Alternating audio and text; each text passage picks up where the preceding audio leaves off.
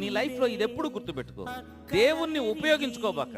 స్వస్థత కావాలంటే దేవుడు, డబ్బు కావాలంటే దేవుడు, రోడ్డు మీద యాక్సిడెంట్ జరగకుండా ఉండాలంటే దేవుడు అని ఆయన్ని ఉపయోగించుకోబాక. నిజంగా ఆయన్ని పూజించు, ఆరాధించు, ఆయన యందు విశ్వాసం ఉంచు.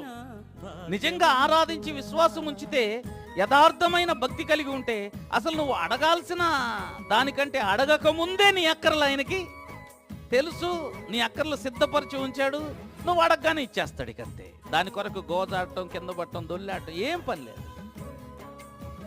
హలో, ఎందుకు అనంటే తన ప్రియులు నిద్రించుచుండగా ఆయన వారికి ఇచ్చుచున్నాడు. మనం ప్రియులముగా ఉండటం దేవునికి ఇష్టం. ఆమెన్ చెప్పండి.